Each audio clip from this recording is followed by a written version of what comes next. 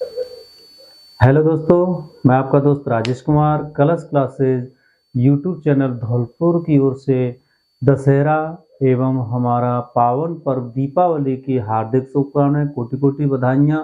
तो दोस्तों, जैसा कि हम पढ़ रहे थे कलश क्लासेज यूट्यूब चैनल पर हिंदी व्याकरण की क्लास है, जिसमें हमने कुछ क्लासें पढ़ी थी और हम जिस टॉपिक का अध्ययन कर रहे थे वो टॉपिक था हमारा संधि। तो दोस्तों, हमने पिछली क्लास में जो हमारी संधि का टॉपिक था उस संधि से संबंधित जो बातें थी, संधि की परिभाषा थी, संधि के प्रकार थे, उन सभी बातों को हमने परिचय कर लिया था, जिसमें हमने पूरा एक संक्षिप्त रूप में पूरा हमारा स्वर संधि थी उस स्वर संधि को हमने पढ़ा, जिसमें स्वर संधि थी उसके 5 भेद होते हैं। उन पांचों भेदों को हमने संक्षिप्त रूप में समझा था। तो दोस्तों, आज हम जैसा कि हमने पिछली कक्षा में कहा था कि हमारा जो संधि थी और संधि में जो स्वर संधि का पहला भाग था दीर्घ संधि, उस दीर्घ संधि को आज हम विस्तार से उदाहरण सहित पढ़ेंगे।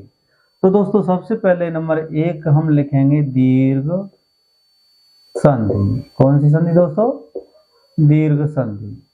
तो जैसा कि हम बता चुके हैं पहले कि दीर्घ संधि जो हमारे सजातीय वर्ण होते हैं, हमारी जो स्वर होते हैं, उन सजातीय स्वरों के मेल से जो दीर्घ स्वर बनते हैं, उन दीर्घ स्वरों के मेल से हमारी दीर्घ संधि का निर्माण होता है।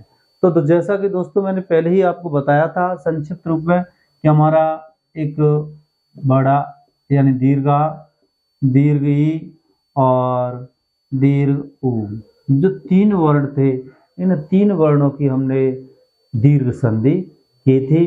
तो सबसे पहले हम जानेंगे कि जो दीर्घ संधि है, दीर्घ संधि किस तरह से बनती है और कौन कौन से वर्णों को मिलाकर, कौन कौन से स्वरों को मिलाकर बनती है दोस्तों। तो सबसे पहले हम देखेंगे आ। तो जो आ का निर्माण होता है वो कौन कौन सी स्थितियों में होता है और उनके हम उदाहरण को भी पढ़ेंगे। तो दोस्तों, सबसे पहले हम नंबर 1 डालेंगे आ। तो आ किन किन बिंदुओं से मिलकर बनता है दोस्तों? जो जैसा कि हमने पहले ही बताया था, छोटा या यानी लघु आ और लघु आ दोनों को मिलाएंगे फिर भी क्या बनेगा? दीर्घ आ बनेगा। जैसा कि और भी होता है, जैसे दीर्घ आ और लघु आ, इन दोनों को भी मिलाएंगे तो क्या बनेगा दोस्तों? दीर्घ आ बनेगा। और इसी प्रकार से यहाँ पर लघु आ और दीर्घ आ जाए फिर भी हमारा क्या बनेगा? दीर्घ ए बनेगा। उसी तरह से हमारा यहाँ पर भी चाहे दीर्घ आ हो, इसके बाद में भी दीर्घ आ हो और दोनों को मिलाएंगे हम तो हमारा कौन सा बनेगा? दीर्घ ए बनेगा। यानी हम कह सकते हैं कि हमारा जो निर्माण होगा सजातीय स्वर के मेल से वो हमारा दीर्घ आ का निर्माण होगा। तो दीर्घ आ हमारा ये रहा और इनके कुछ उदाहरणों को देखते हैं किस तरह से हमारा दीर्घ संधि होती है। तो सबसे पहले हम जो कि कई तरह से, कई दिनों से, कई पहले जब से हम पढ़ते आ रहे हैं उस उदाहरण को हम देखते हैं। जैसे हमारा शब्द है विद्या प्लस आलय, विद्या प्लस आलय। तो यहाँ से दोस्तों बड़ा आ निकला, यहाँ से भी दीर्घ आ निकला, दोनों को मिलाया क्या बन गया? दीर्घ आ बन गया। क्या बन गया? दीर्घ ए बन गया। और जब हम इनको मेल कराया और हमारा दीर्घ आ का निर्माण हुआ तो दोस्तों पहले तो हमारा यहाँ शब्द विद्या पहले से ही है ही, विद्या के बाद हमारा दीर्घ ए है तो दीर्घ आ यहाँ पहले से ही है तो आएगा तो दीर्घ आ ही हो जाएगा। उसी तरह से अब ये और एक आए, क्योंकि दोस्तों यहाँ से जब निकला ये तो क्या बचा? हमारा यह बचा। और यहाँ से मिला निकला ये वाला तो क्या बचा? ल बचा। यहाँ से आ निकला दीर्घ, दीर्घ ए निकलने से हमारा यह रह गया और वो भी हलंत युक्त यानी स्वर रहित बना। और इस स्वर रहित दीर्घ अ के रहने से, यह के रहने से हमारा शब्द बना ये वाला, क्या ना? विद्या। ये बच्चा और यहाँ पर ये दीर्घ आ जाएगा तो हमारा शब्द निर्मित हो जाएगा विद्या। क्या हो जाएगा? विद्या। और ल यहाँ पर है और शब्द क्या बन जाएगा दोस्तों? विद्यालय। क्या बन जाएगा? विद्यालय। तो दोस्तों हमने पहले ही कहा कि हमारी जो स्वर संधि होगी वहां उसमें स्वर संधि के दो या दो से अधिक स्वरों का मेल होगा, उससे जो विकार होगा, विकार होने से जो नया शब्द बनेगा उसमें क्या होती है, संधि होती है। तो यहाँ पर जब इन वर्णों को, इन शब्दों को हमने यहाँ पर मिलाया और इनके मिलने से दो वर्ण मिले और इन दोनों वर्णों के मिलने से एक नया वर्ण बना विद्यालय, यानी विद्या का मतलब होता है विद्या और आलय का यह मतलब होता है घर, यानी जो विद्या का घर है उस स्थान को हम क्या कहते हैं, विद्यालय कहते हैं। इसी प्रकार से हम दूसरा उदाहरण ले सकते हैं मित्रों, और दूसरा उदाहरण है हमारा जैसे कि विद्या धन अर्थी, विद्या धन अर्थी। तो यहाँ से दीर्घ अ निकला, यहाँ से लघु ए मिला और यहाँ पर जो शब्द बचा ये वाला और यहाँ पर बचा ये वाला। जब हमने यहाँ पर विद्या, हमारा ये शब्द यहाँ पर था और यहाँ पर दोनों को मिलाने पर दीर्घ अ का निर्माण हुआ और दीर्घ ए के निकलने से, क्योंकि हलंत हटने पर ये यहाँ आ जाएगा और अर्थी यहाँ पर शब्द है, अर्थी रिथि शब्द है, तो शब्द हमारा बन जाएगा विद्यार्थी, यानी विद्या का अर्जन करने वाला या इकट्ठा करने वाला। जो विद्या की अर्जन करता है वो कौन कहलाता है, विद्यार्थी कहलाता है। उसी तरह से हमारा तीसरा एक और उदाहरण है कि छात्र धन आवास, छात्र धन आवास, यानी यहाँ से अ निकला और ए निकलने के बाद यहाँ से दीर्घ ए मिला और दोनों को मिलाया दीर्घ ए बना और हमारा शब्द जो निर्मित होगा वो होगा, क्योंकि छात्र हलंत युक्त था, हलंत हटाने पर यहाँ पर आ गया और यहाँ पर आने से वास यहाँ पर शब्द मिला और क्या बन गया, छात्रावास, यानी छात्र जहाँ पर रहते हैं उस स्थान को क्या कहते हैं मित्रों, छात्रावास कहते हैं। क्या कहते हैं मित्रों, छात्रावास। उसी तरह से एक शब्द हमारा है कारावास। क्या है मित्रों, कारावास, कारावास शब्द है। तो कारावास शब्द हमारा, इसका हम संधि विच्छेद करेंगे। दोस्तों आपको भी मैं थोड़ा समय देता हूं, आप इसका बना सकते हैं। तो कारावास शब्द का संधि विच्छेद क्या होगा, यानी इसका विच्छेद क्या होगा दोस्तों। तो सबसे पहले कई मित्र हमारे सोच रहे होंगे कि कार प्लस आवास, क्या है मित्रों, कार प्लस आवास, तो ये सोच रहे होंगे। लेकिन एक तरीके से और है कि कारा धन आवास, कारा धन आवास है। तो कारा धन आवास शब्द है, एक कारा धन, कार धन आवास है, तो दोनों शब्द है तो एक से। लेकिन दोस्तों संधि करते समय जो भी संधि कहीं भी करें हम, संधि विच्छेद और या संधि करें, तो किसी भी शब्द में जब हम संधि या विच्छेद करते हैं तो जब हम दो शब्दों को तोड़ते हैं, दोनों शब्दों को अलग अलग करते हैं और अलग करने पर उस दोनों शब्द हैं हमारे, जो एक तो धन से इधर वाला, एक धन से उधर वाला, तो दोनों कैसे होने चाहिए, सार्थक होने चाहिए। सार्थक यानी दोनों का कोई ना कोई अर्थ निकलना अनिवार्य है। तो दोस्तों कार और कारा, और दोनों के अर्थ निकलने पर दोनों जब मिले तो एक दूसरे नए सार्थक शब्द का निर्माण करें, वहां पर तो होती है संधि सही। अगर एक भी शब्द गलत मिल गया, गलत बना, तो हमारी संधि भी कैसी मानी जाएगी मित्रों, गलत मानी जाएगी। और दोनों शब्द सार्थक हैं और एक नया शब्द निर्मित हुआ वो भी सार्थक है, तो हमारी संधि बिल्कुल एकदम सही होगी, उपयुक्त होगी। तो दोस्तों देखते हम, कार शब्द है, कार हमारा कोई शब्द इसके लिए उपयुक्त नहीं होता। लेकिन कारा, कारा का अर्थ होता है जेल। क्या होता है मित्रों, जेल। क्या होता है, जेल। और यहाँ पर आवास का मतलब होता है रहने का स्थान है, यानी जेल को ही हम क्या कहते हैं, कारावास कहते हैं। वह स्थान या वह आवास जहां पर कैदी रहते हैं उसे कहते हैं कारावास। क्या कहते हैं, कारावास कहते हैं दोस्तों। इसी तरह से जो हमारी दीर्घ संधि है, दीर्घ संधि के जो ए वाले उदाहरण है, दीर्घ ए वाले उदाहरण है, वो इस तरह से नए शब्दों का निर्माण करते हैं। और भी हम उदाहरण ले सकते हैं दोस्तों, और उदाहरणों में हम जैसे कि छात्रावास हो ही गया, विद्यार्थी विद्यालय, और कारावास है, और इसी तरह से चौथा जो शब्द होगा वो होगा, जैसे शब्द होता है अनेकार्थी। क्या है? अनेकार्थी शब्द है। तो अनेकार्थी यानी जो हमारा विच्छेद करने पर शब्द बनेगा अनेक धन अर्थी। अनेक धन अर्थी। तो यहाँ से अ निकला, दी लघु है, यहाँ पर भी लघु ए मिला, और दोनों को जब हमने मिलाया तो एक दीर्घ ए का निर्माण हुआ। तो यहाँ पर अनेक शब्द तो हमारा बचा ही है, और दीर्घ आ आने पर क्या हो जाएगा? का, और शब्द बन जाएगा हमारा रत्तिम, यानी अनेकार्थी। ऐसे शब्द जो एक शब्द अनेक अर्थ छोड़ता है, जिसके अनेक अर्थ होते हैं, उस शब्द को दोस्तों हम क्या कहते हैं? अनेकार्थी शब्द कहते हैं मित्रों। तो इस तरह से हमारे जो दीर्घ ए वाले उदाहरण थे ये हमारे यहाँ से क्लियर होते हैं। तो इसी तरह से इसी तरीके से हमारी जो दीर्घ संधि है वो हमारा आता है ई वाले। कौन से उदाहरण?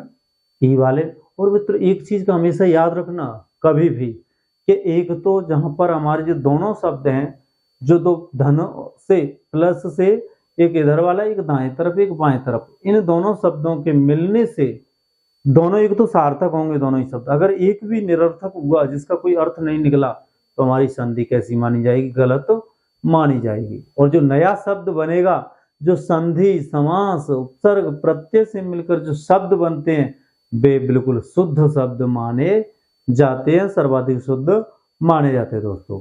तो इसी क्रम में हमारा ई वाला उदाहरण आते हैं। कौन से वाले? ई वाले। तो मित्रों हम देखते हैं हमारे ई वाले उदाहरणों को, इनको मैं इरेज करता हूं दोस्तों।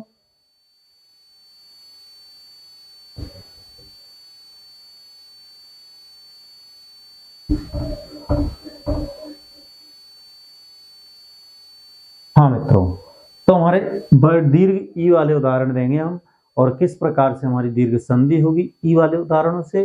तो मित्रों हमारा दीर्घ ई, कैसी दीर्घ ई को देखते हैं। तो मित्रों सबसे पहले हमारे लघु और लघु दोनों को मिलाएंगे तो क्या बनेगी? दीर्घ ई बनेगी। उसी प्रकार से दीर्घ ई धन लघु ई दोनों को मिलाएंगे तो भी क्या बनेगी? दीर्घ ई बनेगी। अर्थात हम कह सकते हैं कि चाहे तो दीर्घ लघु मिले तो भी दीर्घ बनेगा, या लघु लघु बने तो भी दीर्घ बनेगा, या लघु दीर्घ बने तो भी दीर्घ बनेगा, या दीर्घ दीर्घ बने फिर भी कैसा बनेगा? वर्ण दीर्घ बनेगा। तो यहाँ पर हम देख सकते हैं मित्रों कि इधर भी लघु आ जाए और चाहे इधर दीर्घ आ जाए लेकिन बनेगी दीर्घ, चाहे इधर दीर्घ आ जाए चाहे इधर भी दीर्घ आ जाए मित्रों, लेकिन बनेगी दीर्घ, यही का निर्माण होगा। तो दोस्तों इस तरह से हमारे दीर्घ स्वरों का निर्माण होता है। देखें मित्रों पहले ही बताया है कि यहाँ पर जो वर्ण मिलेंगे वे सजातीय वर्ण होंगे। सजातीय यानी एक ही जाति से बने हुए, और जहां पर एक एक जाति के जो वर्ण मिल जाते हैं वे स्वतः ही मिलकर एक दीर्घ वर्ण का निर्माण कर देते हैं। तो दोस्तों मित्रों हम देखते हैं पहला उदाहरण। जैसे हमारे पास शब्द है कपि धन ईस। कपि धन ईस। कपि कहते हैं बंदर को और ईस कहते हैं स्वामी, यानी जो बंदरों का स्वामी है उसको कहते हैं कपीस। तो यहां से निकली हमारी लघु ई। क्या निकली मित्रों? लघु ई, और यहाँ पर दीर्घ ई, दोनों को मिलाया दीर्घ ई बनी। तो इस तरह से हमारा जो शब्द होगा यहाँ से लघु ई निकलने पर हमारा यहाँ पर क्या बना? पे बढ़ रह गया और यहाँ पर श रह गया मित्रों। इस तरह से हमारे ये वर्ण बचे। तो यहाँ पर कप लिख दिया हमने, और यहाँ पर ये कैसा है? हलंत युक्त हो गया। अब हमने जो लघु ई और दीर्घ ई के मिलाने पर दीर्घ ई का निर्माण हुआ, तो दीर्घ ई की यहाँ पर क्या हो जाएगी? मात्रा लग जाएगी, तो शब्द एक नया बनेगा। जो शब्द कौन सा होगा? कपीस होगा। कपीस कहते हैं हनुमान जी को। तो मित्रों इस तरह से हमारा ये पहला उदाहरण। दूसरा उदाहरण हम लेंगे कि जैसे रवि धन इंद्र। रवि धन इंद्र। तो यहाँ से भी दीर्घ लघु निकलेगी और यहाँ से भी लघु निकलेगी, लेकिन दोनों जब मिलेंगी तो एक दीर्घ ई का निर्माण कर देंगी और हमारा जो नया शब्द बनेगा वो बन जाएगा रविंद्र। क्या बन जाएगा? रविंद्र। रवि कहते हैं सूर्य को, इंद्र माने स्वामी, यानी जो सूर्य का स्वामी होती है, क्या होता है, उसको कहते हैं रविंद्र। तो हमारे जो रविंद्र, ऐसे ही इसी प्रकार से हमारे जो शब्द बनते हैं, जैसे मुनि धन इंद्र, मुनि धन इंद्र। तो यहाँ से भी दीर्घ, यहाँ से भी लघु और यहाँ से भी लघु, और दोनों को मिलाया तो दीर्घ वर्ण बना, और दीर्घ वर्ण यहाँ पर बचा मुनि, और शब्द बन जाएगा मुनीस। क्या शब्द बन जाएगा? मुनीस। तो इस तरह से हमारे जो दीर्घ संधि का, दीर्घ ई का उदाहरण है, वो उदाहरण बनते हैं। जैसे एक शब्द होता है, हमारा नाम है रजनीश। क्या है? रजनीश। तो हमारा जो शब्द, इसके टुकड़े करेंगे, इसके विच्छेद करेंगे तो रजनी धन ईश बनेगा। तो यहाँ से दीर्घ ई निकलेगी। क्या निकलेगी मित्रों? दीर्घ ई निकलेगी। क्या निकलेगी? दीर्घ ई निकलेगी। तो दोस्तों थोड़ा ऊपर लेते हैं, आपको दिख नहीं रहा होगा, तो दोस्तों यहाँ पर ले लेते हैं हम थोड़ा सा। देखिए रजनीश, रजनीश शब्द है हमारा रजनीश। तो यहाँ से देखिए दोस्तों, रजनी धन ईश, क्या बनना चाहिए? रजनी धन ईश। यहाँ से दीर्घी, यहाँ से भी दीर्घी, दोनों को मिलाया दीर्घी, और हमारा नए शब्द का निर्माण हुआ, वो क्या है? रजनीश। क्या है मित्रों? रजनीश। यानी रजनी कहते हैं रात्रि, जो रात्रि में रात्रि का स्वामी है उसको कहते हैं रजनीश। उसी तरह से हमारे जो दीर्घ संधि के ई वाले उदाहरण थे, वो इसी तरह से दीर्घ ई का निर्माण करते हुए ये हमारे शब्द बनते हैं। जैसे यहाँ पर मुनीन्द्र है, एक शब्द और भी ले सकते हैं, मुनि धनीश, मुनि धनीश। तो यहाँ से लघु ई, यहाँ से दीर्घी, तो दोनों को मिलाएंगे दीर्घी, और शब्द हमारा क्या बन जाएगा? मुनीस। क्या बन जाएगा मित्रों? मुनीस। क्या बन जाएगा? मुनीस। तो इस तरह से हमारी दीर्घ संधि चलती जाती है। और भी बहुत सारे शब्द हैं जिनको हम एक एक करके उदाहरणों को, बहुत सारे उदाहरणों को हल कर सकते हैं। तो मित्रों अब हम इसको भी इरेज करते हैं, साफ करते हैं। हमारा दूसरा जो इंतजार कर रहा है दीर्घ उ, उसके उदाहरण भी लेंगे और कैसे बनेंगे हमारा दीर्घ उ। तो दोस्तों हम देखते हैं एक बार। जैसा कि हमने अभी दीर्घ ए और दीर्घ ई का निर्माण किया, उसी प्रकार से हमारे सजातीय वर्णों के मिलने से हमारा दीर्घ आ का निर्माण होता है दोस्तों। तो कैसे होगा दोस्तों? पहले यहाँ पर लेंगे दीर्घ उ। क्या लेंगे? दीर्घ उ। तो दीर्घ उ का जो निर्माण होगा, यहाँ पर लघु लघु दोनों को मिलाएंगे दीर्घ, चाहे यहाँ पर दीर्घ या लघु दोनों को मिलाने पर क्या बनेगा? दीर्घ। क्या बनेगा मित्रों? दीर्घ बनेगा। उसी प्रकार हमारा चाहे इधर लघु हो या इधर दीर्घ हो, लेकिन बनेगा दीर्घ उ। उसी तरह से चाहे इधर दीर्घ हो या इधर दीर्घ हो, लेकिन एक नए वर्ण का निर्माण करेगा दीर्घ उ। तो इस तरह से हमारे उ का निर्माण होता है मित्रों। और इसके कुछ हम उदाहरण लेते हैं। जैसे हमारे पास एक शब्द है लघु प्लस उत्तरा, लघु प्लस उत्तरात्मक, लघु प्लस उत्तरात्मक। तो यहाँ से लघु उ मिला, यहाँ से भी लघु उ मिला, दोनों को मिलाया दीर्घ बना, और यहाँ पर हमारा ये शब्द बना, और यहाँ से यहाँ पर इसको ले आएंगे और शब्द बना लघुतरात्मक। क्या बना? लघुतरात्मक। उसी तरह से हमारा शब्द होता है लघु प्लस उत्तम, लघु प्लस उत्तम। तो यहाँ से भी छोटा उ, यहाँ से भी लघु उ, दोनों को मिलाया दीर्घ, और शब्द क्या बन गया? लघुत्तम। क्या बना मित्रों? लघुत्तम। क्या बना? पहला दूसरा और एक तीसरा हम यहाँ पर उदाहरण लेते हैं जो कि लघु प्लस ऊर्मी। लघु प्लस ऊर्मी, तो यहाँ पर लघु, यहाँ पर दीर्घ ऊ, और दोनों को मिलाने पर दीर्घ ऊ, और हमारा एक नया शब्द बनेगा लघुर्मी। लघु कहते हैं छोटा, और ऊर्मी मान होता है किरणें, यानी छोटी जो किरणें होती है उनको कहते हैं लघुर्मी। ऐसे ही हमारा शब्द होता है मित्रों। तो चौथा उदाहरण हम ले सकते हैं लघु प्लस ऊर्जा। लघु प्लस ऊर्जा, तो यहाँ पर भी दीर्घ लघु, यहाँ पर दीर्घ, दोनों को मिलाया दीर्घ, और हमारा एक शब्द बन जाएगा लघुर्जा। क्या बन जाएगा? लघुर्जा। और एक उदाहरण हम और भी ले सकते हैं, जैसे दोस्तों चमू प्लस ऊर्जा। चमू प्लस ऊर्जा, तो यहाँ से क्या है? दीर्घ, और यहाँ पर भी दीर्घ, लेकिन दोनों को मिलाएंगे तो दीर्घ ऊ बन जाएगा। क्या बन जाएगा मित्रों? दीर्घ ऊ। और हमारे एक नए शब्द का निर्माण होगा, वो होगा चमूर्जा। क्या होगा? चमूर्जा। तो चमू माने क्या होता है मित्रों? चमू माने होता है सेना, यानी सेना में जो ऊर्जा होती है उसको कहते हैं चमूर्जा। तो इस तरह से दोस्तों हमने सभी उदाहरणों को एक एक करके हमारी जो दीर्घ संधि में आने वाले जो वर्ण थे, हमारे दीर्घ वर्ण थे, उन दीर्घ वर्णों के मिलने से हमारी दीर्घ संधि बनती है।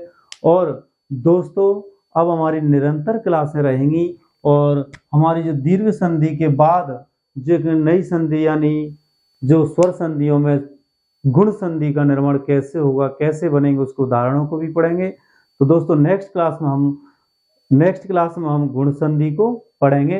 तो दोस्तों अगर आपको क्लास अच्छी लगे, कलश क्लासेज यूट्यूब चैनल धौलपुर पर, तो आप देखते रहिए और हमारी क्लास को लाइक करिए, शेयर कीजिए, और हमारे चैनल कलश क्लासेज धौलपुर यूट्यूब चैनल को सब्सक्राइब कीजिए, और ज़्यादा से ज़्यादा हमारे चैनल को शेयर कीजिए। तो दोस्तों पुनः आपको एक बार फिर दीपावली और हमारे पावन पर्व दशहरा की हार्दिक ढेर सारी शुभकामनाएं, और अपने कामों में और अपने घरों में मस्त रहें, स्वस्थ रहें। और सभी से मैं आशा करता हूं कि सभी एकदम खुश रहेंगे और सभी प्रसन्न होंगे। तो सभी को नमस्कार, गुड नाइट दोस्तों, थैंक यू और थैंक यू।